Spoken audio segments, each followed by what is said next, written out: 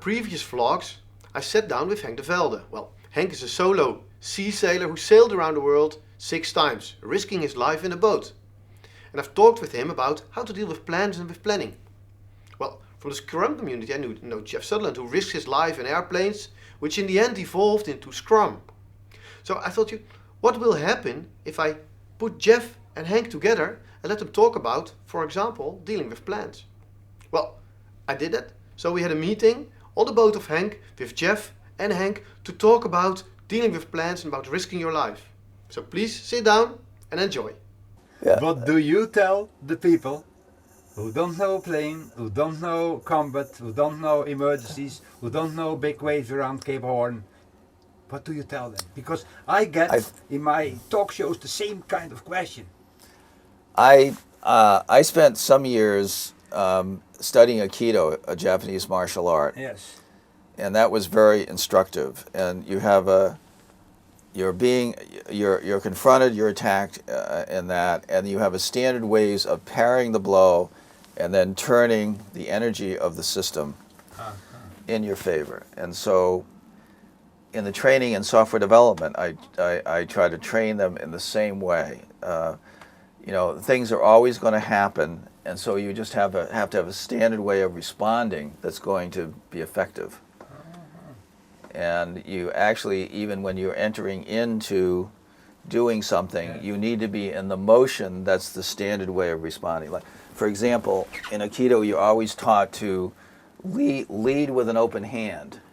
That pulls your enemy into you, and then you're coming up to parry the blow. Yes. So you're starting a software project. Yes. Everybody's a friend.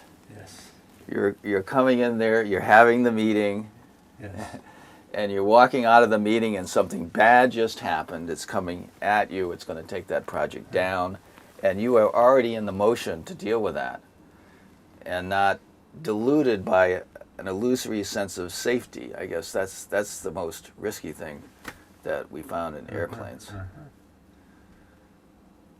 That might be a good thing. So you have the feeling of safety, but it's false. I call it false security. False security. I call it false security. So we see it in software projects, this false security. Yeah. We have a plan, we have a project leader, we have a requirements document.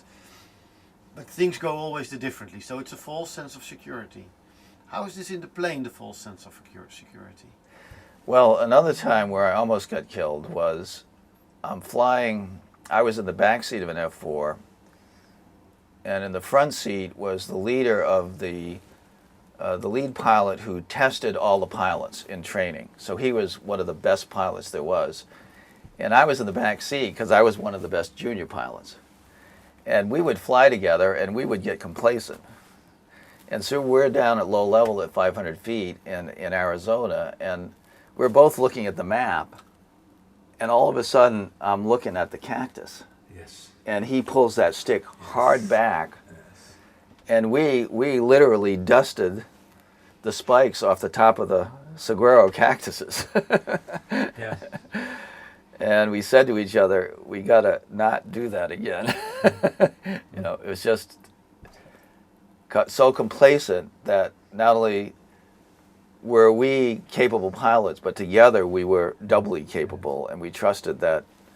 There is a false sense of security. I have another example. This was with a crew member as well. Not really comparing, but sitting inside together, studying the maps, and studying navigation, talking with each other, and then on Norwegian coast, and then we looked out and it was a big tanker, very near us. Yeah.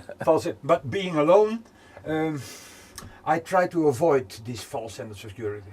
That means as soon as I feel it in my belly that I have to be there, how tired I am, whatever happens, I'm going to lay down there on the hard floor so I don't sleep too long. I try to avoid the false sense of security.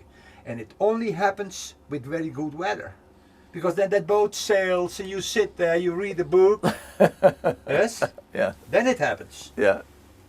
Have to be very careful. The single-hander alone have to be very careful with that. So I think that you need to develop the capability of being relaxed in an environment where bad things can happen Yes. at any moment. Yes. So you have to be like fully present but relaxed.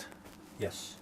So that's why martial arts training, I think, is Fully useful. present. I read the the Five Rings. You know the book of. Yeah, the Book of Five Rings is one of my favorite books. I got it on board.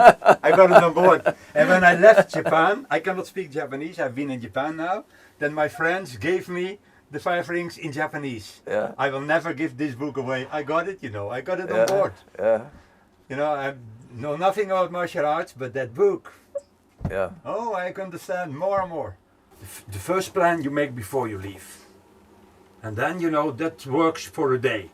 I mean, you still have a goal, you still have the plan, but from the day you leave, things can change. But what I tell many times to the people, look, this is the plan. That's on paper, I tell them. That's on paper. That's only a plan. And from the day you leave tomorrow on your boat, because all people want to go around the world, you still need that plan because you have to have something to get back to. But it is changing and you have to change your way of sailing, your way of thinking, as long as you keep the goal ahead of you. So how far do you look ahead? With weather, 3 days. Especially the weather, 3 days. But of course you have a plan of the whole year. The plan, this last 4 years, that's almost exactly the route, I was drawing. I went everywhere I wanted to go. The voyage I planned in the beginning. But how to get there, and in circumstances to get there, or what happens on the way, you cannot plan. An ocean crossing, weather, you can plan 3 days ahead. But that's another thing. Well, yeah, of course, in General. software development, we try to plan. We can't plan any more than a month ahead, and it's getting shorter and shorter. My team and my business now, we plan a week ahead.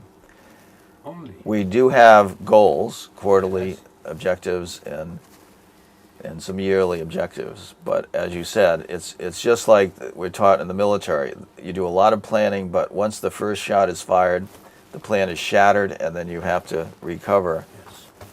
And as you say, you need to know where you're trying to get to, Yeah. and figure out a way to get also there. you with the seasons.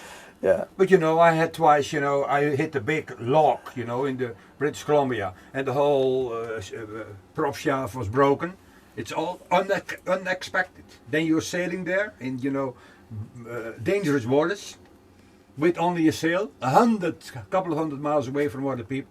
Try to get that boat first on a safe place, then call Coast Guard and tell Coast Guard no emergency because I got her on the safe place.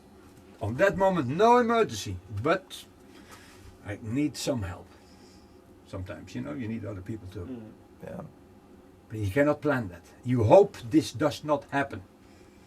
But things happen. But, after this 50,000 miles, I must say, I had a great trip. I went to places where no one goes. 30,000 people went to Antarctica last year. Cruise ships and so on. Only one has been on Attu, and that's the farthest more from the Aleutian Islands, nearest to Russia. That's me. No, that's the little things I'm proud of. Yeah. I was on Attu, things like that. But I always to other people I tell them, no, don't follow in my path. Don't follow my path. Go your own way. If you don't want to go to the Aleutians, or the Antarctica or Patagonia, take the tropical way. You will, and even the tropical way is not, you will meet your encounters. You get your encounters. What I notice in the business where we're in is that people think they are smart enough up front. So they're in an environment in which, let's say, stuff changes. Yeah. Anything changes, but still they think they're smart enough up front and they don't need to learn on the way. They can just think and design everything and then everything goes as planned. Where does this come from? I mean, if I listen to Henk, if I listen to you, Jeff, you are all focused on learning on the way and finding out what happens. But how does it come that, let's say, in the business that we are in, people have completely lost it? I think, my immediate reaction to that is that these people have not encountered reality. They're somehow separated from reality, so they presume in their head that things are some way and reality is totally different, and they're surprised when they get whacked at the side of the head. And the amazing thing about it in software is that they go ahead and assume that reality is that way again, even though the project has failed, you know, it's $200 million over budget, it's 2 years late, and they go and plan the same project ahead. So these people are like out of connection with reality. So one of the things that could really help them would be go on a trip around the world with Henk. Yes. And confront death on a regular basis. And then maybe they would wake up. Yes. That's what my feeling is. Those people live on false security. Yes. Yes. How it comes? Well, part of our society. Yeah, well, I mean, you can go back. I mean, this is kind of a deep philosophical thing. I mean, why do men go to war? Yep. Yep. Because they're living in a false security, and it's only when they have a direct confrontation with life and death that they feel like they're alive, and they taste it and they want to feel it again. You know, one of the best things I ever learned, and I learned it from studying robotics, is that in order to make the robots work, they try to make them work like humans. But every time they get the robot to work, half of what they program into the robot is wrong. Yes. So they have to train the robot to assume that half of what they think is wrong. And I realized that when they tried to program the robots like people, they didn't work. That's why the people don't work.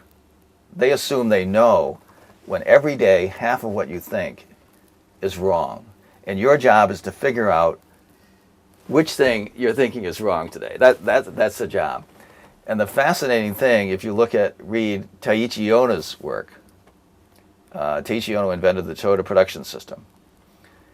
In his talks to project leaders, which are recorded in one of his books, he said, you have to understand as a project leader that half of what you think is wrong. And if you don't admit that to the people, they won't follow you. Because when you're implementing something that's risky, they will not trust a person that assumes they're right in the face of what is obviously wrong. So the first thing a project leader needs to know or learn is to assume half of what they think is wrong. Then people will follow you. Then he said, the next step is to realize that half of what the team thinks is right. And you've got to be looking for that every day, and when you find it, you tell them how great they are. Then they will follow you anywhere. And that's the secret to leadership, to projects, to whatever. And so this mindset that you've just described is a completely dysfunctional mindset. That's why we have so many problems in the world. Why we have so many projects that fail. You release your chains and take responsibility for building a life of beauty, of wonder, that we can only imagine at this time. We can only imagine. But I know it's possible if people will participate and try to learn, try to do. It's just like in Scrum. You can deliver 10 times as fast. You can have so much fun while you're doing it. You can be exhilarated. If you do that, it will change your life. You will never be the same at the end. Every single person has that opportunity. And so in my little corner, Scrum is the way they can flip into that. Jeff, in all our history, many of the old spiritual leaders have said already, wake up. Right. Wake up. Why aren't we awake? because we love the feeling of full security. False security. Yeah. Absolutely. That's it. That's it.